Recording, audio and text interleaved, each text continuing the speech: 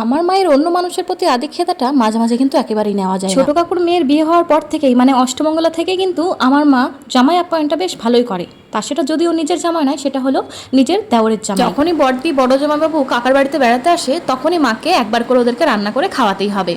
কিন্তু যেমন তেমন খাওয়া নয়, একেবারে জামাই ষষ্ঠীর খাওয়া। তারা যদি মাসে একবার আসে, মাসে একবারই তাদেরকে এনে খাওয়াবে। তারা যদি মাসে 4বার আসে, 4বারই তাদেরকে ডেকে খাওয়াবে। তবে আপ্যায়ন করাটা কিন্তু মোটেই খারাপ নয়, কিন্তু যদি সেটা দুই দিক থেকে হয়। তারপর যখন আমার দিদির বিয়ে হলো, আমার দিদি জামাইবাবুকে ডেকে খাওয়া তো দূরের কথা, যখন ওরা অষ্টমঙ্গলের প্রণাম করতে যায়, জামাইকে মিষ্টি দিয়ে মিষ্টিমুখ না করে জল বাতাসা দিয়ে মিষ্টিমুখ করিয়ে। এমনটাও হতো যখন দিদি জামাইবাবু আমাদের বাড়িতে বেড়াতে আসতো, ভালো ভালো রান্না বান্না হতো, তখন আবার মা কাকার মেয়ে জামাইকে ফোন করে করে খেতে ডাকতো। তবে এতে আমার ছোট কাকা কিন্তু বিন্দু মাত্র লজ্জা পেত না। তবে বিয়ের পর কিন্তু আমার দিদির ভীষণ ব্যাপারটা খারাপ লাগতো। ও কিন্তু বারবারই মায়ের সামনে বলতো, মা ছোট কাকা একবার তোমার জামাইকে খেতে ডাকলো না। উনি মা উত্তরটা দিল, তোর কাকা তোকে ভালো না বাসলেও আমি কিন্তু তোর কাকার মেয়েকে ছোট থেকেই ভালোবাসি। যা ভালো মন্দ রান্না করি ওকে ডেকে খাওয়াই, তাই এই অভ্যাস আমি ছাড়তে পারবো না। তোর কাকা যদি ছোট লোক হয়, আমি তো তোর কাকার দেখা দেখি ছোট লোক হতে পারি না।